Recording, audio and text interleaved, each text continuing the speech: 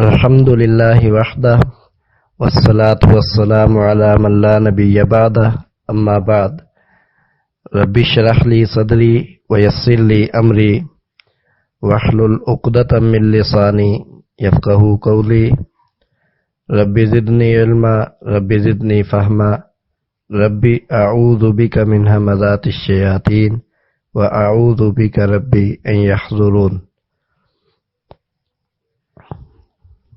ایمان بالقدر،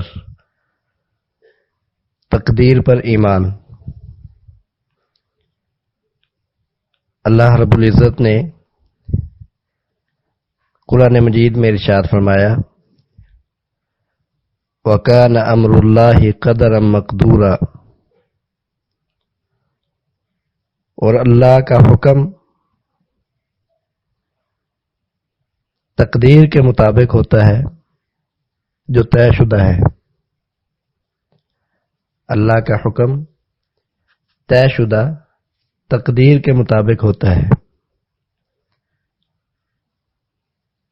اور اللہ رب العزت نے ارشاد فرمایا، ما اصاب من مصیبت الا باذن اللہ، جو بھی مصیبت آتی ہے وہ اللہ کے اذن سے آتی ہے، اللہ کے حکم سے آتی ہے۔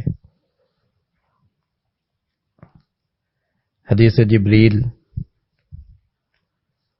جبرائیل علیہ الصلاۃ والسلام انسانی صورت میں نبی کریم صلی اللہ علیہ وسلم کے پاس آئے، متعدد سوالات کیے۔ ایک سوال کیا، ایمان کسے کہتے ہیں؟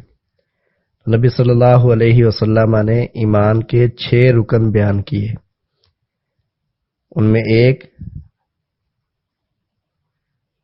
وَتُؤْمِنَ بِالْقَدَرِ خَيْرِهِ وَشَرِّهِ، کہ تقدیر کے اچھا اور برا ہونے پر ایمان لائے۔ تو تقدیر پر ایمان یہ ایمان کے بنیادی ارکان میں شامل ہے۔ بعض لوگ عبداللہ بن عمر رضی اللہ تعالی عنہما کے پاس آئے، صحیح مسلم وغیرہ میں یہ موجود ہے،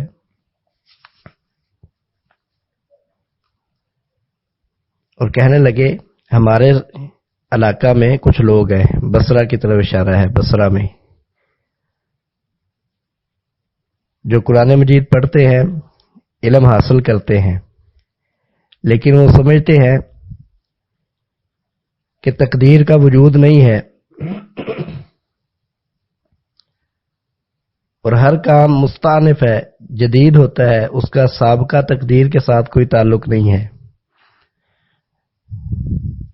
تو عبداللہ بن عمر رضی اللہ تعالیٰ عنہما کہنے لگے، فَإِذَا لَقِيتَ أُولَٰئِكَ فَأَخْبِرْهُمْ أَنِّي بَرِيءٌ مِّنْهُمْ، جب آپ کی ملاقات ان سے ہو تو انہیں بتانا میں ان سے بری ہوں، میرا ان کے ساتھ کوئی تعلق نہیں ہے،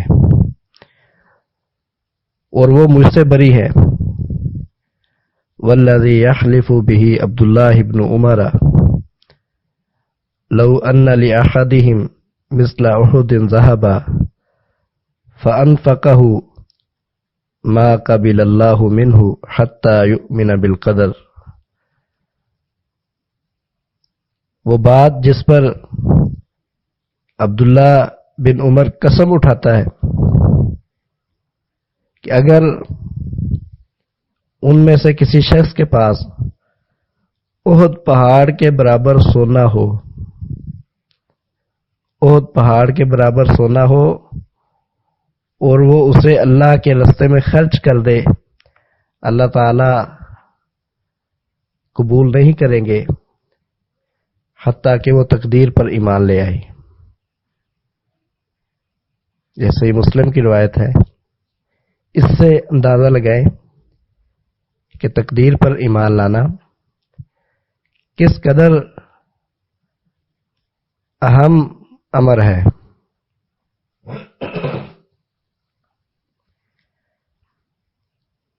تقدیر کا لغوی معنی کیا ہے؟ اندازہ لگانا، کسی چیز کی حد بندی کرنا۔ تقدیر پر ایمان لانے کا کیا مطلب ہے؟ تقدیر پر ایمان لانے کا مطلب 4 چیزوں کو تسلیم کرنا ہے۔ جو شخص ان 4 چیزوں کو تسلیم کرتا ہے اس کا مطلب اس کا تقدیر پر ایمان ہے۔ جو ان 4 چیزوں کا انکار کرتا ہے یا ان 4 میں سے کسی ایک کا انکار کرتا ہے وہ تقدیر کا منکر ہے۔ تقدیر پر ایمان لانے کے لیے 4 چیزوں پر ایمان لانا ضروری ہے، 4 چیزوں کو تسلیم کرنا ضروری ہے۔ علم، کتابت، مشیت، خلق، انہیں تقدیر کے مراتب بھی کہا جاتا ہے کہ تقدیر کے 4 مراتب ہیں: علم، کتابت، مشیت اور خلق۔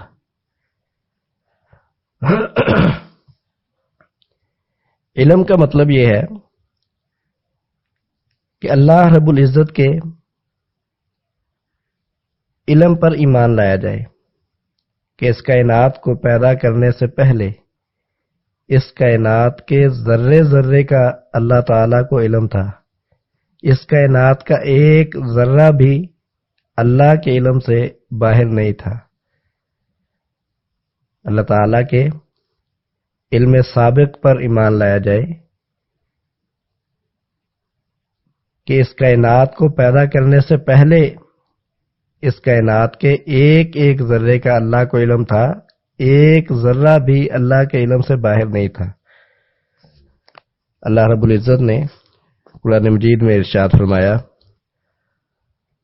وَقَالَ الَّذِينَ كَفَرُوا لَا تَأْتِينَا السَّاعَةُ قُلْ بَلَىٰ وَرَبِّي لَتَأْتِيَنَّكُمْ عَالِمِ الْغَيْبِ لَا يَعْزُبُ عَنْهُ مِثْقَالُ ذَرَّةٍ فِي السَّمَاوَاتِ وَلَا فِي الْأَرْضِ وَلَا أَصْغَرُ مِنْ ذَلِكَ وَلَا أَكْبَرُ إِلَّا فِي كِتَابٍ مُبِينٍ۔ کافر لوگ کہتے ہیں کہ ہمارے پاس قیامت نہیں آئے گی۔ کہہ دیجئے کیوں نہیں؟ میرے رب کی قسم جو عالم الغیب ہے، ضرور تمہارے پاس قیامت آئے گی۔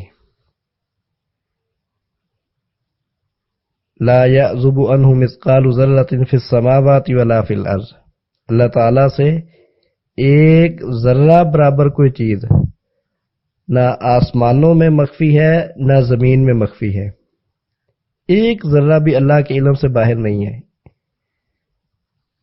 ولا اصغر من ذلك ولا اکبر الا فی کتاب مبین، اور نہ اس سے کوئی چھوٹی چیز ہے نہ بڑی چیز مگر وہ کتاب مبین میں موجود ہے۔ تو ایک ایک ذرے کے متعلق اللہ تعالیٰ کے علم پر ایمان لانا۔ وَأَنَّ اللَّهَ قَدْ أَحَاطَ بِكُلِّ شَيْءٍ عِلْمًا، اللہ تعالیٰ نے علم کے اعتبار سے ہر چیز کا احاطہ کر رکھا ہے،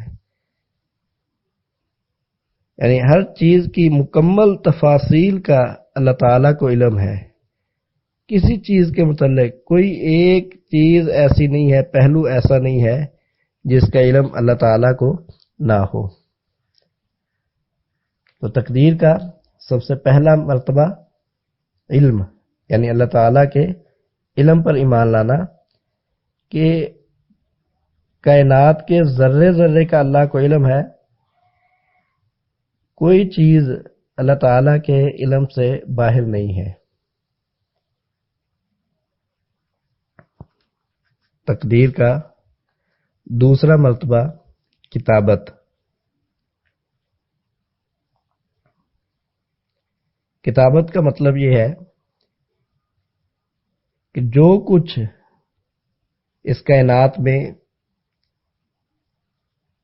ہونا تھا وہ اللہ تعالیٰ نے سارا لکھوا دیا ہے۔ نبی کریم صلی اللہ علیہ وسلم نے ارشاد فرمایا، اللہ رب العزت نے قلم کو پیدا کیا، اسے حکم دیا اکتب مقادیر کل شیء حتی تقوم الساعہ، قیامت تک ہر چیز کی تقدیر لکھ دے۔ تو جو کچھ اس کائنات میں ہونا تھا سب لکھا ہوا ہے۔ اللہ رب العزت نے قرآن مجید میں ارشاد فرمایا وَكُلَّ شَيْءٍ أَحْصَيْنَاهُ فِي إِمَامٍ مُبِينٍ، اور ہم نے ہر چیز کو ایک واضح کتاب میں ضبط کر رکھا ہے۔ إِنَّ ذَلِكَ فِي کتاب، یہ سب کچھ کتاب میں لکھا ہوا ہے۔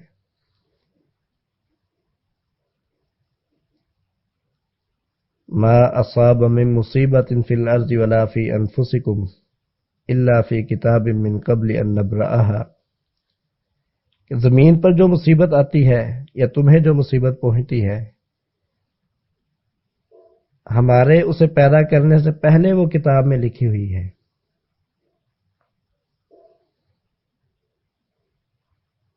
نبی کریم صلی اللہ علیہ وسلم نے ارشاد فرمایا کتب اللہ مقادیر الخلائق قبل ان یخلق السماوات والارض ب50,000 سنہ، کہ اللہ تعالی نے زمین و آسمان کو پیدا کرنے سے 50,000 سال پہلے مخلوقات کی تقدیر لکھ دی تھی۔ زمین و آسمان کو پیدا کرنے سے 50,000 سال پہلے اللہ تعالیٰ نے تمام مخلوقات کی وہ تقدیر لکھ دی تھی۔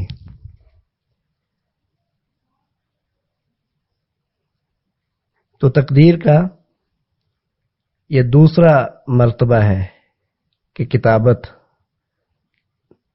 تقدیر کے لکھے ہوئے ہونے پر ایمان رکھنا۔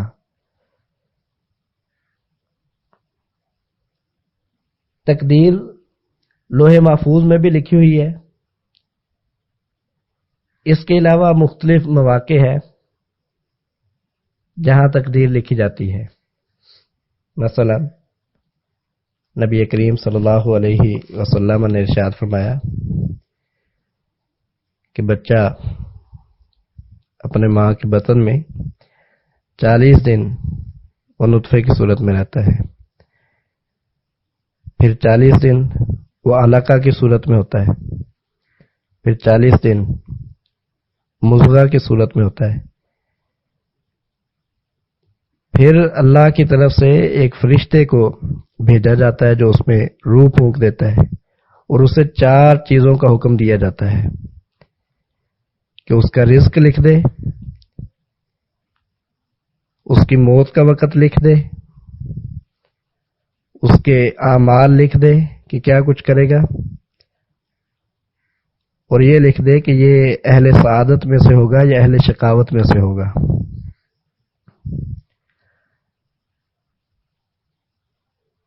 تو ہمارا اس تقدیر پر بھی ایمان ہے کہ بچہ جب ماں کے بطن میں 120 دن کا ہوتا ہے اس وقت 4 چیزیں اس کے متعلق لکھی جاتی ہیں۔ اللہ رب العزت فرشتے کو بھیجتے ہیں اور اسے حکم دیتے ہیں کہ یہ 4 چیزیں اس کے متعلق لکھ دی جائیں، اس کا رزق، اس کی موت کا وقت، اس کے اعمال، اور کیا وہ اہل سعادت میں سے ہے یا اہل شقاوت میں سے ہے۔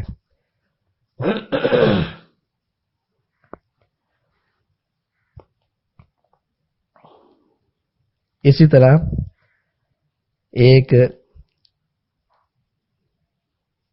سالانہ تقدیر ہے، ہر سال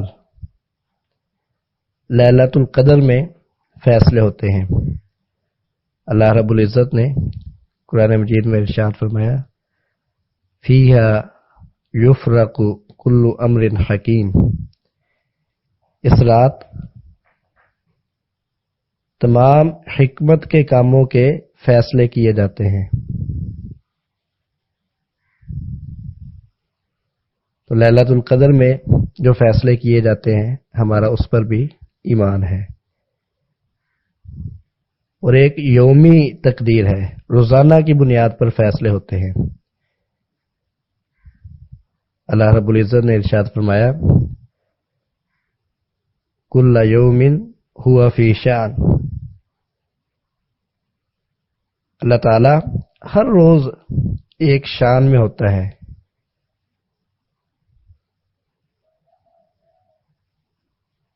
تو اس کائنات کو پیدا کرنے سے پہلے جو تقدیر لکھی گئی اس پر بھی ہمارا ایمان ہے۔ بچہ جب 120 دن کا ہوتا ہے یعنی 4 ماہ کا، اس وقت جو اس کے متعلق تقدیر لکھی جاتی ہے اس پر بھی ہمارا ایمان ہے۔ لیلۃ القدر میں جو فیصلے ہوتے ہیں ہر سال کے متعلق اس پر بھی ہمارا ایمان ہے۔ روزانہ کی بنیاد پر جو احکام جاری ہوتے ہیں اور جو فیصلے ہوتے ہیں اس پر بھی ہمارا ایمان ہے۔ تو تقدیر کا پہلا مرتبہ اللہ کے علم پر ایمان لانا، کہ کوئی چیز اللہ کے علم سے باہر نہیں ہے، ایک ایک ذرے کا علم اللہ کو ہے۔ اور دوسرا مرتبہ کتابت، تقدیر کا لکھا ہوا ہونا، اس پر ایمان لانا۔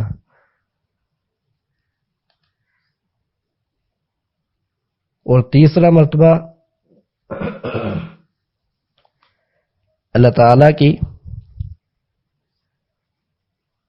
مشیت اور ارادہ پر ایمان لانا،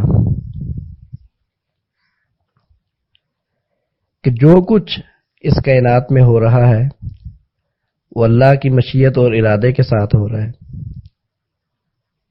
اللہ کی مشیت اور ارادے کے بغیر کوئی کام نہیں ہو سکتا۔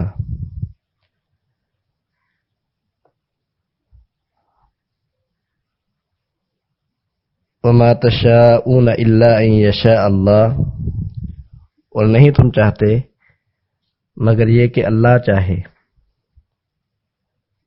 تو بندے کی مشیت اور بندے کا ارادہ یہ اللہ کی مشیت اور اللہ کے ارادے کے تابع ہے۔ بندے کی مشیت ہے، بندے کا ارادہ ہے، بندے کا اختیار ہے، لیکن بندے کا اختیار، بندے کی مشیت، بندے کا ارادہ یہ اللہ کی مشیت، ارادے اور اختیار کے تابع ہے۔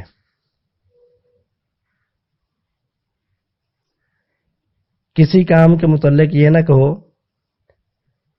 کہ میں کل یہ کام کروں گا،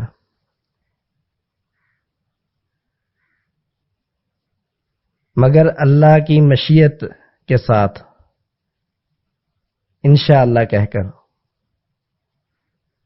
اللہ کی مشیت کے ساتھ معلق کر کے،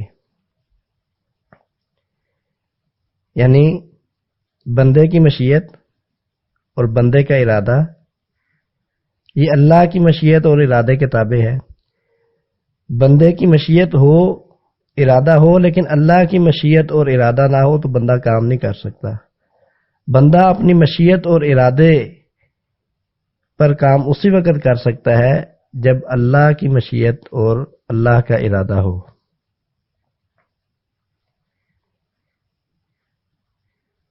من یشاء اللہ یضللہ ومن یشاء یجعلہ علی صراط مستقیم،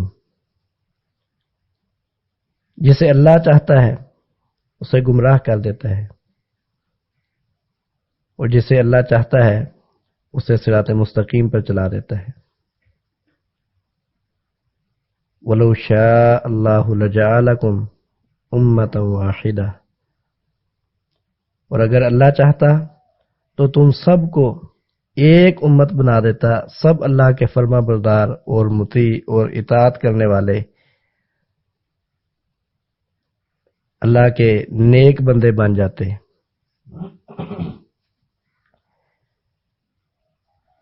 لیکن بندوں کے متعلق اللہ تعالیٰ کی یہ مشیت نہیں ہے، یہ ارادہ نہیں ہے۔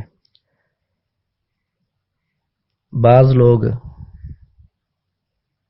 یہ اعتراض کرتے ہیں کہ اللہ نے سب کو نیک کیوں نہیں بنا دیا؟ جب اللہ تعالیٰ ہر چیز پر قادر ہے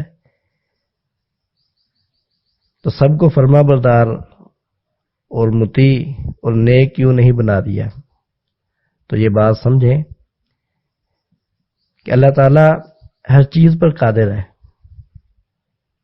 اس کی مشیت اور ارادہ تھا کہ ایسی مخلوق پیدا کی جائے جو کبھی نافرمانی نہ کرے، ہمیشہ اللہ کی فرما برداری اور اطاعت کرے۔ اللہ تعالیٰ نے فرشتوں کو پیدا کیا،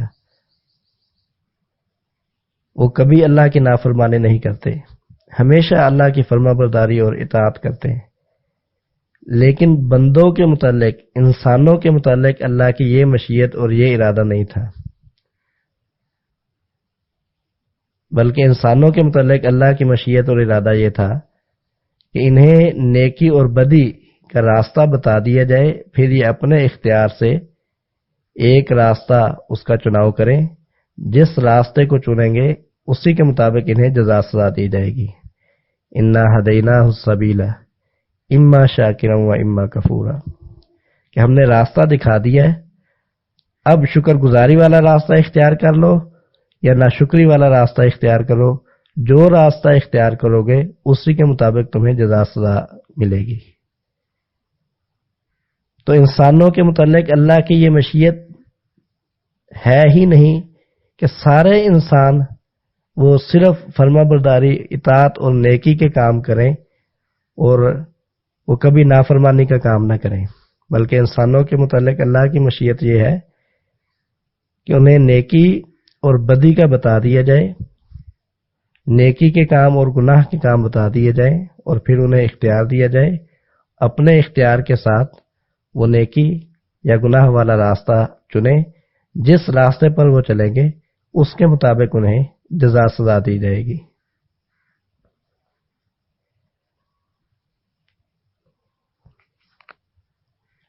اللہ رب العزت نے قرآن مجید میں ارشاد فرمایا فعال لما یرید،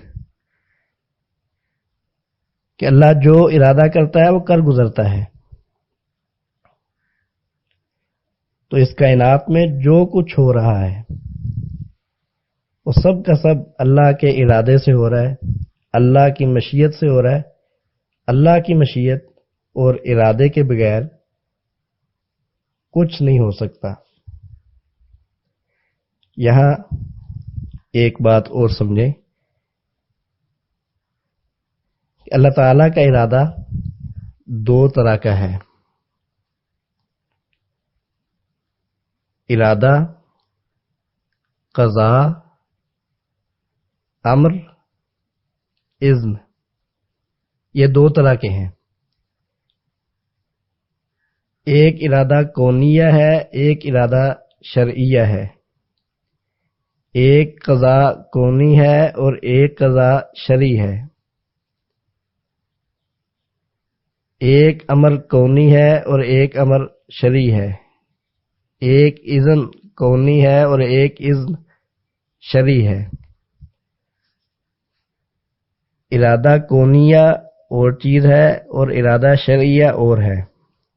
قضا کونی اور ہے اور قضا شرعی اور ہے۔ امر کونی اور ہے اور امر شرعی اور ہے۔ اذن کونی اور چیز ہے اور اذن شرعی اور چیز ہے۔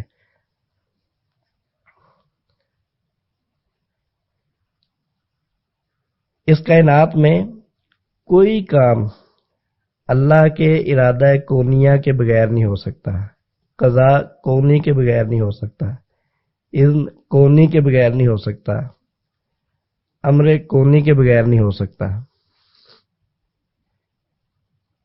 اور جس چیز کے متعلق اللہ تعالیٰ کا ارادہ کونیہ ہو، قضا کونی ہو،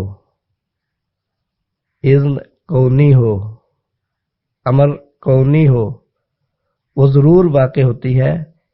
یہ ناممکن ہے کہ وہ واقع نہ ہو۔ لیکن جس چیز کے متعلق اللہ تعالیٰ کا ارادہ کونیہ ہوتا ہے یا قضا کونی ہوتی ہے یا اذن کونی ہوتا ہے یا امر کونی ہوتا ہے، وہ واقع ضرور ہوتا ہے، لیکن لازمی نہیں کہ وہ اللہ کو پسند ہو، اللہ کی رضا بھی اس میں ہو، یہ کوئی لازمی نہیں ہے۔ دنیا میں کفر ہو رہا ہے، شرک ہو رہا ہے، قتل و غارت جاری ہے، ظلم ہو رہا ہے، گناہ اور نافرمانی کے کام ہو رہے ہیں، یہ سب اللہ تعالیٰ کے ارادہ کونیہ، قضا کونی، امر کونی اور اذن کونی سے ہو رہے ہیں۔ اگر اللہ تعالیٰ کا ارادہ کونیہ، قضا کونی، امر کونی، اذن کونی نہ ہوتا، یہ کام نہ ہو سکتے۔ لیکن اللہ تعالیٰ کو یہ کام پسند نہیں ہے، اللہ کی رضا اس میں نہیں ہے۔ تو اللہ تعالیٰ کا ارادہ کونیہ اور چیز ہے اور اس کی رضا اور چیز ہے۔ ہر وہ چیز جس میں اللہ تعالیٰ کا ارادہ کونیہ ہو یا امر کونی ہو یا اذن کونی ہو یا قضا کونی ہو، لازمی نہیں کہ وہ اللہ کو پسند بھی ہو۔ اور جہاں اللہ تعالیٰ کا ارادہ شرعیہ ہوتا ہے یا قضا شرعی ہوتی ہے یا اذن شرعی ہوتا ہے یا امر شرعی ہوتا ہے، وہ اللہ کو پسند ضرور ہوتا ہے۔ اسی لیے تو اللہ تعالیٰ نے اس کا حکم دیا ہے۔ وہ اللہ کو پسند ضرور ہوتا ہے لیکن اس کا واقع ہونا ضروری نہیں ہے۔ اللہ تعالیٰ کے اذن شرعی کا، امر شرعی کا اور ارادہ شرعیہ کا اور قضاء شرعی کا واقع ہونا ضروری نہیں ہے۔ کیوں؟ کیونکہ اللہ تعالیٰ نے اس میں انسانوں کو با اختیار بنایا ہے، انسانوں کو اختیار دیا ہے۔ انا ہدیناہ السبیل اما شاکرا و اما کفورا، ہم نے راستہ دکھا دیا ہے۔ اب انسان اپنے اختیار سے وہ شکر گزاری والا راستہ اختیار کرے یا ناشکری والا راستہ اختیار کرے۔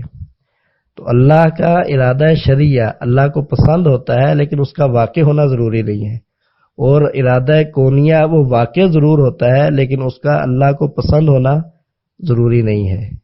اس بات کو ذہن میں رکھنا چاہیے کہ اللہ تعالیٰ کا ارادہ کونیہ وہ واقع ضرور ہوتا ہے، قضا کونی، امر کونی، اذن کونی وہ واقع ضرور ہوتے ہیں لیکن لازمی نہیں کہ وہ اللہ کو پسند ہو، اللہ کی رضا اس میں ہو۔ اور جو ارادہ شرعیہ ہے اور قضا شرعی ہے یا امر شرعی ہے یا اذن شرعی ہے، یہ اللہ کو پسند ضرور ہوتے ہیں لیکن ضروری نہیں کہ واقع ہوں، کیونکہ اللہ تعالیٰ نے اس میں انسان کو اختیار دیا ہے۔ انسان اپنے اختیار سے نیکی کا راستہ چنتا ہے یا برائی کی طرف جاتا ہے، پھر اس کے مطابق اسے جزا سزا دی جاتی ہے۔ تو یہ تقدیر کا تیسرا مرتبہ ہے، مشیت و ارادہ، کہ اللہ تعالیٰ کی مشیت اور اللہ تعالیٰ کے ارادہ پر ایمان لایا جائے کہ اس دنیا میں جو کچھ ہو رہا ہے ہر کام اللہ کی مشیت اور ارادے کے ساتھ ہو رہا ہے۔ اللہ کی مشیت اور ارادے کے بغیر کوئی کام نہیں ہو سکتا۔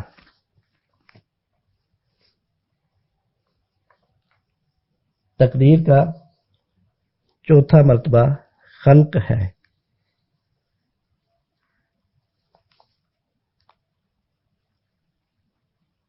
اس کا مطلب یہ ہے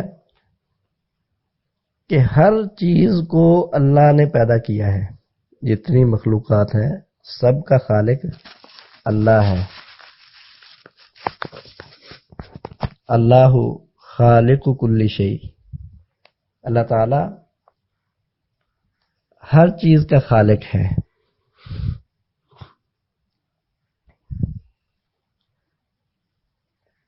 حل من خالق غیر اللہ، کیا اللہ کے علاوہ بھی کوئی خالق ہے؟ یعنی اللہ کے علاوہ کوئی خالق نہیں ہے، خالق صرف اللہ ہے۔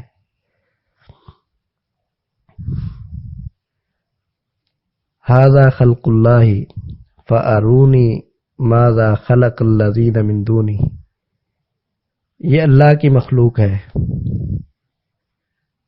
مجھے دکھاؤ اللہ کے علاوہ کس نے کیا پیدا کیا ہے۔ تو معلوم ہوا ہر مخلوق کا خالق اللہ ہے، حتیٰ کہ بندے جو اعمال کرتے ہیں اس کا خالق بھی اللہ ہے۔ بندے جو اعمال کرتے ہیں اس کا خالق بھی اللہ ہے۔ اس بات کو اچھی طرح سمجھیں۔ دو بڑے فرقے اس مسئلہ میں گمراہ ہوئے۔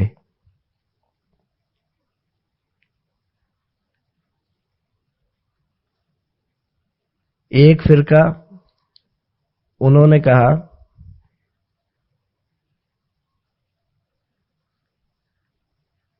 کہ فاعل بھی بندہ ہے، کام بھی بندہ کرتا ہے، اور بندہ خود اپنے افعال کا خالق ہے.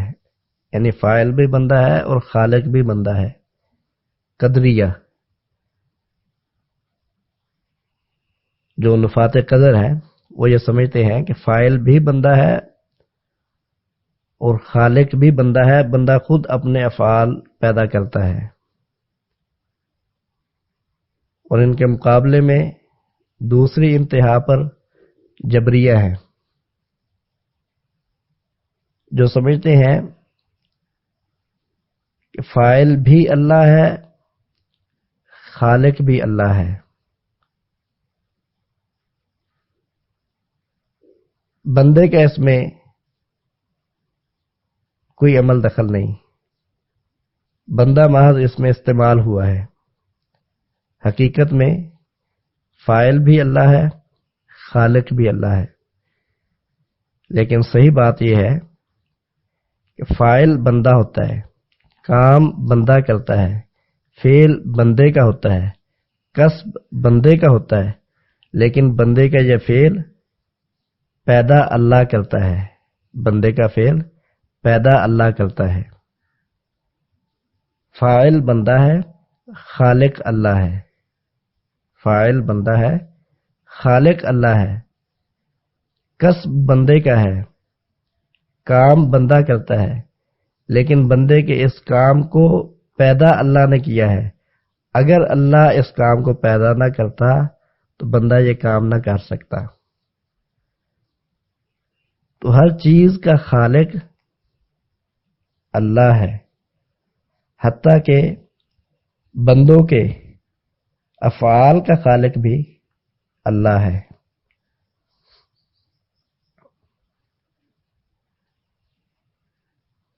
ہر چیز کا خالق اللہ ہے، حتیٰ کہ جو چیزیں ہمیں بری نظر آتی ہیں، جو شر نظر آتا ہے، اس کا خالق بھی اللہ ہے. کفر، ظلم، شرک،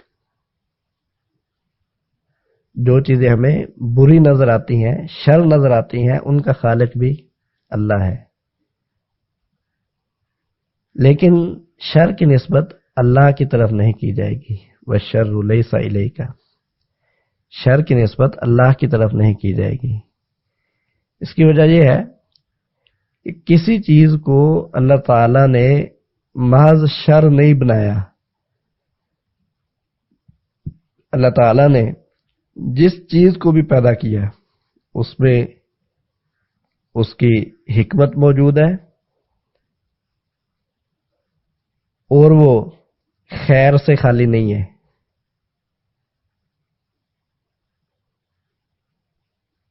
اللہ تعالیٰ نے جس چیز کو بھی پیدا کیا وہ من کل الوجوہ شر نہیں ہوتی،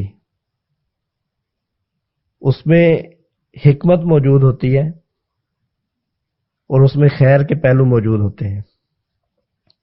شر کی جڑ اور اصل بنیاد شیطان، اس پر غور کر کے دیکھ لیں کہ یہ بھی من کل الوجوہ شر نہیں ہے، اس میں بھی کئی خیر کے پہلو موجود ہیں. کہ شیطان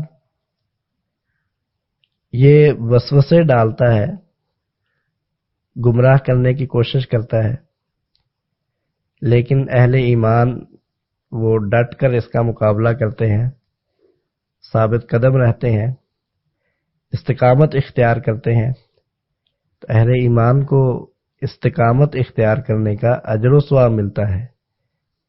تو یہ تو اہل ایمان کے لیے باعث خیر ہے کہ انہیں اجر و ثواب کا موقع مل رہا ہے. شیطان کفر کرواتا ہے، اہل ایمان کو کافروں کے خلاف جہاد کا موقع ملتا ہے، اور جہاد کی وجہ سے بڑے بڑے درجات اہل ایمان کو ملتے ہیں، بڑا اجر و ثواب ملتا ہے. تو یہ اہل ایمان کے لیے باعث خیر ہے، باعث اجر ہے. شیطان لوگوں سے غلط کام کرواتا ہے، گناہ کی طرف دعوت دیتا ہے، اہل ایمان کو امر بالمعروف نہی عن المنکر کا موقع ملتا ہے، اور یہ چیز ان کے لیے باعث اجر ہے، باعث خیر ہے۔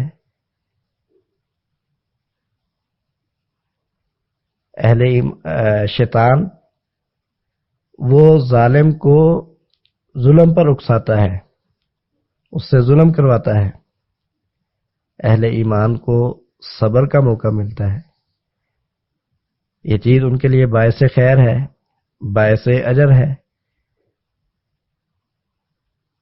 تو اہل ایمان اس عمل کی وجہ سے بڑے بڑے درجات حاصل کرتے ہیں۔ ہاں، جو شیطان کی وجہ سے گمراہ ہوا، اس کے وسوسوں میں آ گیا، صراط مستقیم سے ہٹ گیا، شرک اور کفر کی طرف چلا گیا، شیطان اس کے لیے شر ہے۔ تو یہ جو شر ہے یہ بعض افراد کی نسبت سے ہے، وگرنہ اسی وجود سے کئی لوگ ان کو بہت ساری خیر پہنچ رہی ہے، وہ بہت سارے اجر و ثواب حاصل کر رہے ہیں، درجات حاصل کر رہے ہیں۔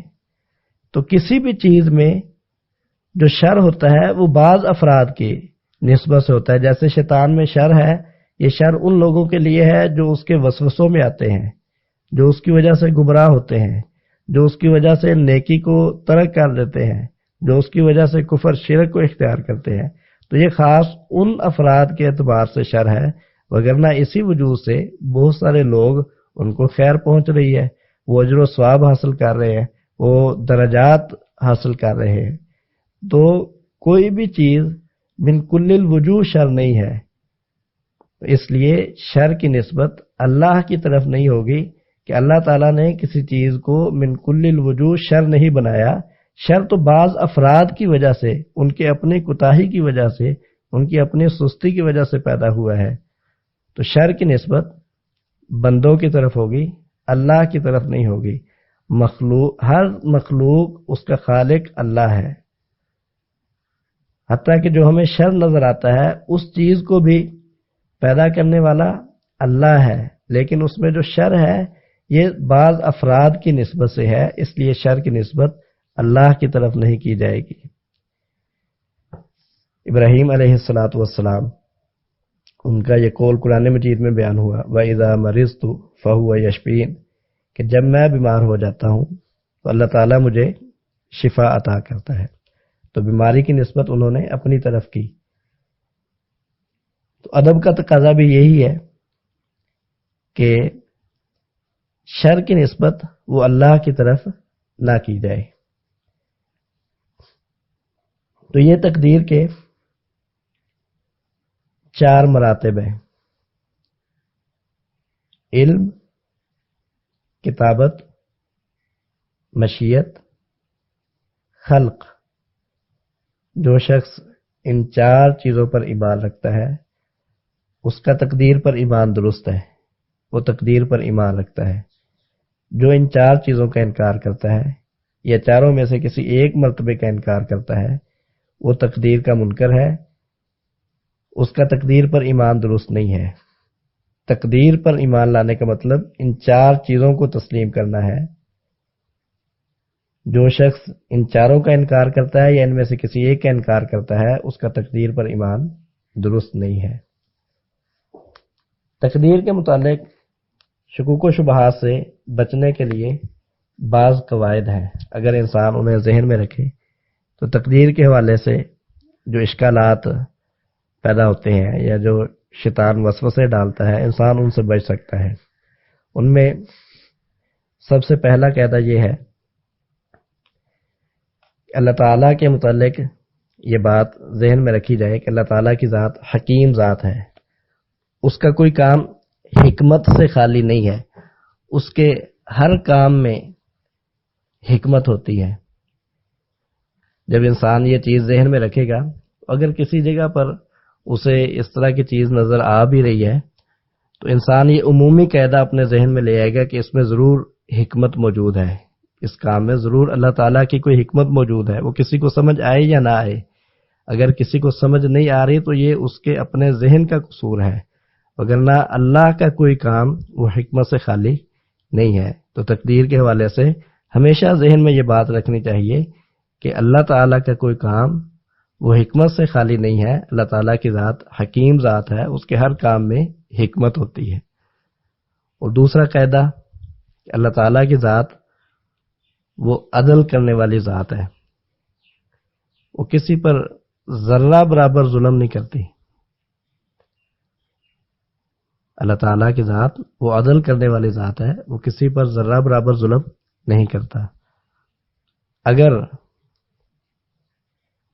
کوئی شخص ہدایت سے محروم ہے، نیکی کی توفیق سے محروم ہے،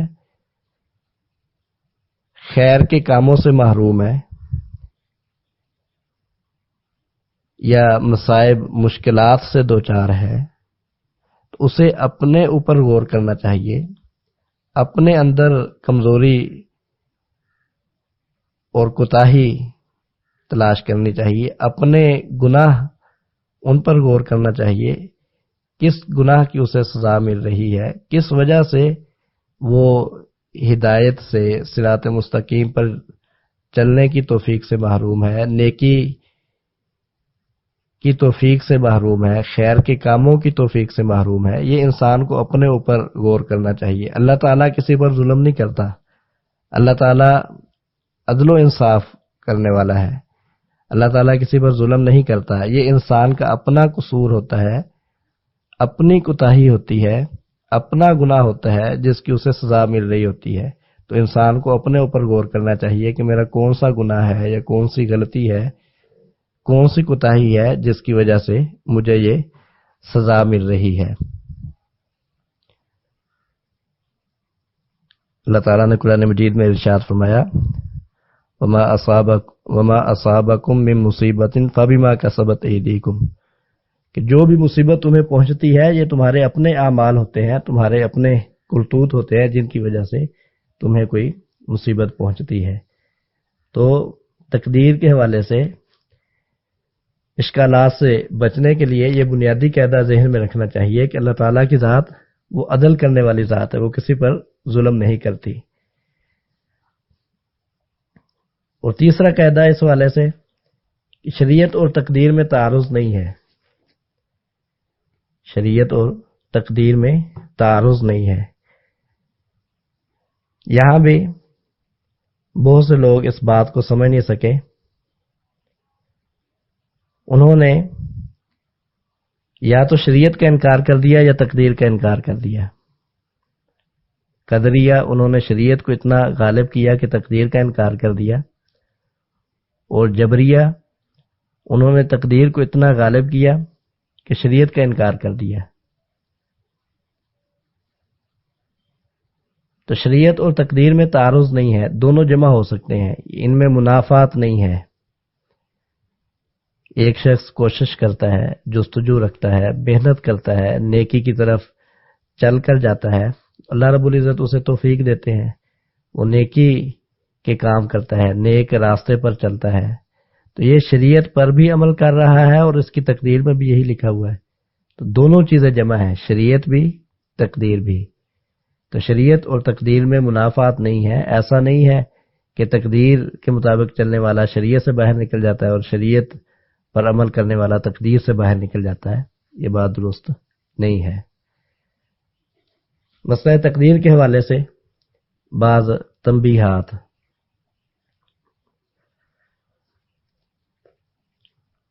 مصائب، مشکلات اور نقصان کی صورت میں تقدیر سے سہارا لیا جائے گا۔ اگر کسی انسان کو کوئی مصیبت پہنچے، کوئی دکھ تکلیف پہنچے، اس کا کوئی نقصان ہو جائے تو وہ تقدیر سے سہارا لے کہ میری تقدیر میں ایسا لکھا تھا، اور اپنے آپ کو تسلی دے اور آئندہ کے لیے محنت شروع کر دے، اس پریشانی کو اپنے ذہن پر سوار نہ کرے۔ لیکن جب کوئی گناہ کا کام ہو جائے، نافرمانی کا کام ہو جائے، وہاں تقدیر سے سہارا نہیں لیا جائے گا، بلکہ وہاں اللہ کی طرف رجوع کیا جائے گا، توبہ کی جائے گی، اللہ سے بخشش کا سوال ہوگا۔ آدم علیہ الصلاۃ والسلام، ان سے ایک غلطی ہوئی اور اس غلطی کے نتیجے میں ان پر ایک مصیبت آئی۔ آدم علیہ الصلاۃ والسلام، ان سے ایک غلطی ہوئی اور اس غلطی کے نتیجے میں ان پر ایک مصیبت آئی۔ غلطی یہ ہوئی کہ اللہ تعالیٰ نے جس درخت سے منع کیا تھا وہ اس کا پھل کھا بیٹھے، اور مصیبت یہ آئی کہ اس غلطی کی وجہ سے اللہ تعالیٰ نے جنت سے نکال کر زمین پر بھیج دیا۔ دونوں چیزوں کو ذہن میں رکھیں، آدم علیہ الصلاۃ والسلام سے ایک غلطی ہوئی اور اس غلطی کے نتیجے میں ایک مصیبت آئی۔ اب آدم علیہ الصلاۃ والسلام کا اس حوالے سے کردار دیکھیے کہ جب غلطی ہوئی انہوں نے اللہ تعالیٰ سے دعا کی، ربنا ظلمنا انفسنا وان لم تغفر لنا وترحمنا لنکونن من الخاسرین، کہ اے ہمارے رب، ہم نے اپنی جانوں پر ظلم کیا، اگر تو نے ہمیں معاف نہ کیا اور ہم پر رحم نہ کیا تو ہم ضرور خسارہ پانے والوں میں سے ہو جائیں گے۔ تو جب آدم علیہ الصلاۃ والسلام سے غلطی ہوئی تو انہوں نے اپنی غلطی پر اللہ تعالیٰ سے معافی مانگی، معافی کا سوال کیا۔ موسیٰ علیہ الصلاۃ والسلام، ان کی ملاقات آدم علیہ الصلاۃ والسلام سے ہوئی۔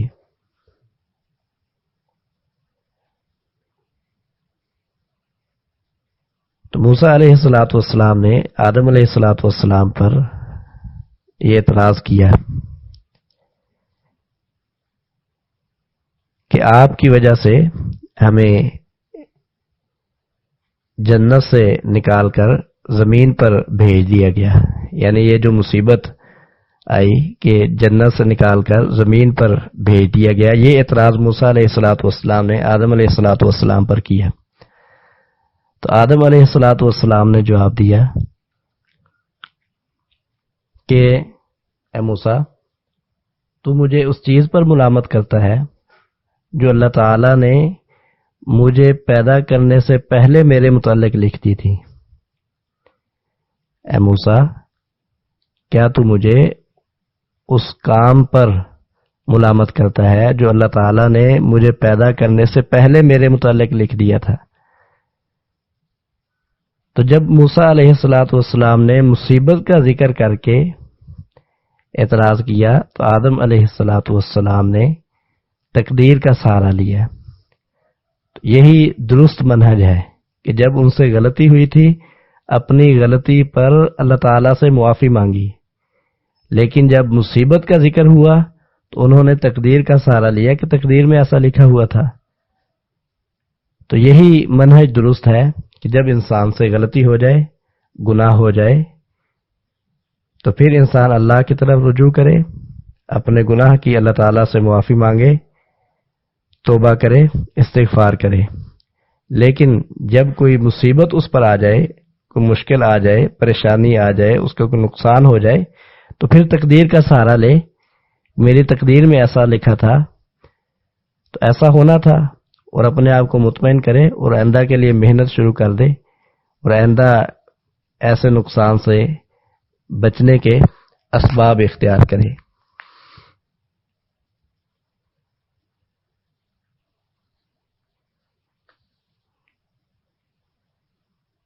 ایک حدیث تقدیر کے حوالے سے عموماً پیش کی جاتی ہے، لا يرد القدر الا الدعاء، لا يرد القضاء الا الدعاء۔ اس حدیث کا کیا مطلب ہے؟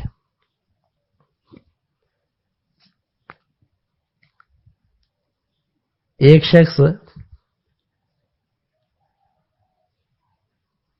وہ نقصان کے راستے پر چل رہا ہے، اسے مسلسل نقصان ہو رہا ہے، نقصان اٹھا رہا ہے، نقصان کی طرف جا رہا ہے، اللہ تعالیٰ سے دعا کرتا ہے، اللہ تعالیٰ اس کی دعا کو قبول کرتے ہیں اور اس کی تقدیر میں تبدیلی آتی ہے اور وہ نفع کے راستے پر چل پڑتا ہے، آئندہ اسے نفع ہونا شروع ہو جاتا ہے۔ تو یہ ہے لا يرد القدر الا الدعاء، کہ اس کی تقدیر میں، قضا میں، جس قضا پر پہلے چل رہا تھا وہ نقصان والی تھی، اس میں سے نقصان ہو رہا تھا، اب اس میں موڑ آ گیا ہے، اب یہ نفع کی طرف چل پڑا ہے۔ یہ ہے لا يرد القدر الا الدعاء۔ ایک شخص وہ برائی کے راستے پر چل رہا تھا، گناہ کے راستے پر چل رہا تھا، اللہ تعالیٰ سے ہدایت طلب کرتا ہے، اللہ تعالیٰ اس کی دعا کو قبول کرتے ہیں اور وہ نیکی کے راستے پر چل پڑتا ہے، جنت کے راستے پر چل پڑتا ہے۔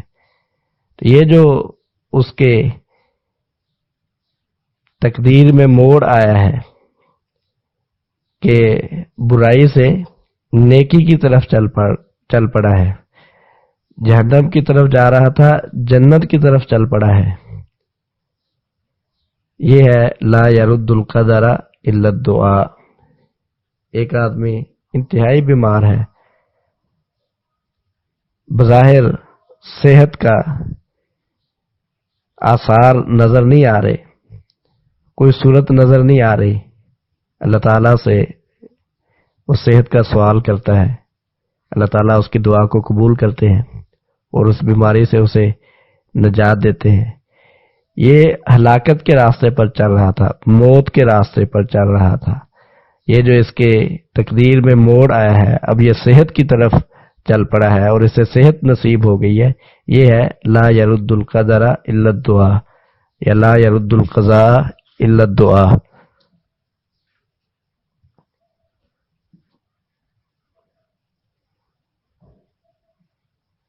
تقدیر کے حوالے سے بعض باطل نظریات اور غلط رویے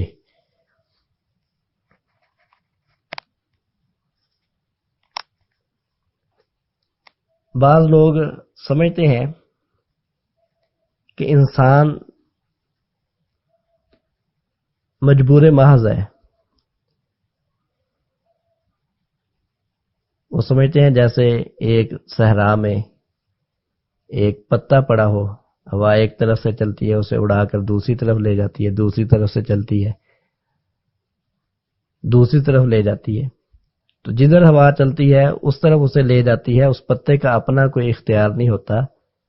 ایسے ہی انسان مجبور ہے، حالانکہ یہ بات ان کی کتاب و سنت کے بھی خلاف ہے اور عقل اور مشاہدے کے بھی خلاف ہے۔ ہر انسان وہ اپنے اوپر غور کر کے یہ بات بخوبی سمجھ سکتا ہے کہ انسان اس طرح مجبور نہیں ہے اس پتے کی طرح، بلکہ انسان کا اپنا اختیار ہے، انسان جو کام کرتا ہے وہ اپنے اختیار کے ساتھ کام کرتا ہے،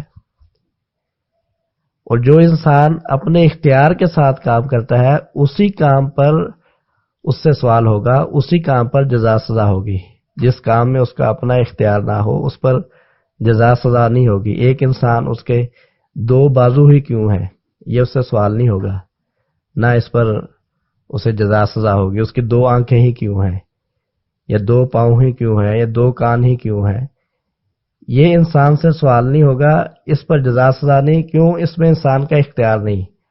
ہاں، انسان اگر اس ہاتھ کو غلط اٹھاتا ہے تو یہ چونکہ اپنے اختیار کے ساتھ اٹھا رہا ہے، اپنی آنکھ کو غلط استعمال کرتا ہے، یہ چونکہ اپنے اختیار کے ساتھ استعمال کر رہا ہے، اپنے قدم کو چلا کر غلط طرف لے جاتا ہے، چونکہ یہ اپنے اختیار کے ساتھ لے جا رہا ہے، تو اس کام پر جو اختیار کے ساتھ انسان کر رہا ہے اسی کام پر سوال ہوگا اور اسی پر جزا سزا ہوگی۔ جس کام میں انسان مجبور ہے کہ انسان کے دو بازو ہی کیوں ہیں، دو آنکھیں ہی کیوں ہیں، دو کان ہی کیوں ہیں، دو پاؤں ہی کیوں ہیں، اس میں انسان کا اپنا کوئی اختیار نہیں ہے، تو اس کے متعلق سوال بھی نہیں ہوگا اور اس پر جزا سزا بھی نہیں ہے۔ انہی اعضاء کے ساتھ جو کام انسان اپنے اختیار کے ساتھ کرتا ہے انہی کے متعلق سوال ہوگا اور انہی پر جزا سزا ہوگی۔ تو یہ کہنا کہ انسان اس پتے کی طرح مجبور محض ہے، یہ کتاب و سنت کے بھی خلاف ہے، عقل، حس اور مشاہدے کے بھی خلاف ہے یہ بات۔ تقدیر کا انکار، بعض لوگ قدریہ، نفات قدر، وہ تقدیر کا انکار کر دیتے ہیں۔ ان کا یہ نظریہ یہ بھی کتاب و سنت کے خلاف ہے۔ اسی طرح تقدیر کو بنیاد بنا کر اعمال ترک کر دینا یہ بھی شریعت کے خلاف ہے۔ صحابہ کرام رضوان اللہ تعالی علیہم اجمعین نے نبی کریم صلی اللہ علیہ وسلم سے یہ بات کی تھی کہ جب سب کچھ لکھ دیا گیا ہے تو پھر ففیم العمل، عمل کرنے کا کیا فائدہ؟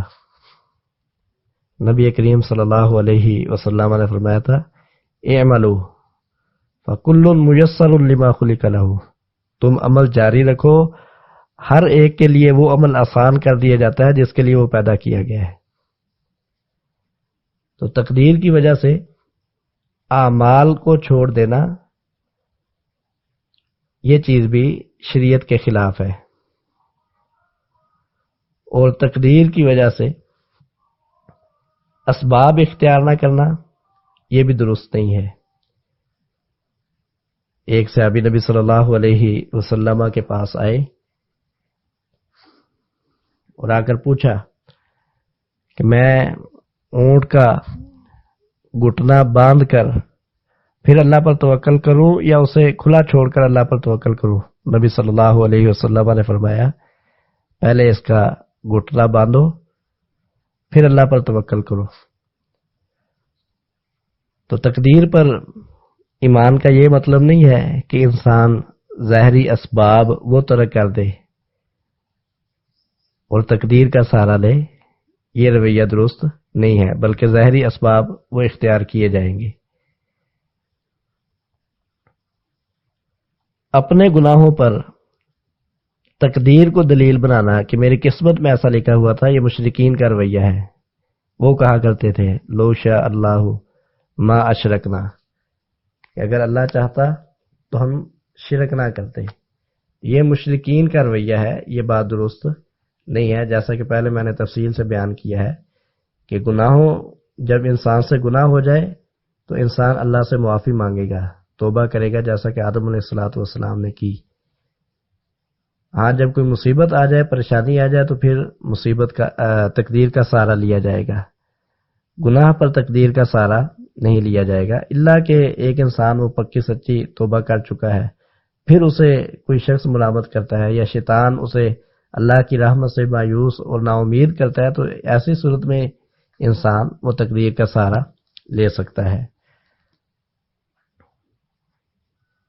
اسی طرح یہ بات بھی ذہن میں رکھنی چاہیے، نبی کریم صلی اللہ علیہ وسلم نے ارشاد فرمایا، طبرانی کبیر کی روایت ہے، شیخ البانی رحمہ اللہ نے صحیح قرار دیا ہے اور سلسلہ صحیحہ میں بھی اسے ذکر کیا ہے، وَإِذَا ذُكِرَ الْقَدَرُ فَأَمْسِكُوا، کہ جب تقدیر کا ذکر ہو تو پھر خاموشی اختیار کرو، اپنی زبانیں روک لو، حد سے تجاوز نہ کرو، فضول بحث مباحثہ نہ کرو۔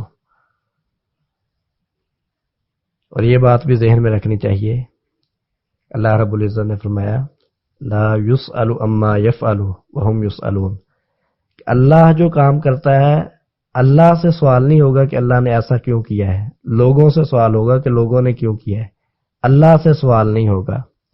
تو اس بات کو بھی ذہن میں رکھنا چاہیے کہ کبھی اللہ تعالیٰ پر اعتراض نہ کیا جائے کہ اللہ تعالیٰ نے ایسا کیوں کیا ہے۔ اللہ رب العزت ہمیں اس طرح کے سب غلط رویوں سے محفوظ رکھے اور صحیح بات سمجھ کر اسے قبول کرنے کی اور اختیار کرنے کی توفیق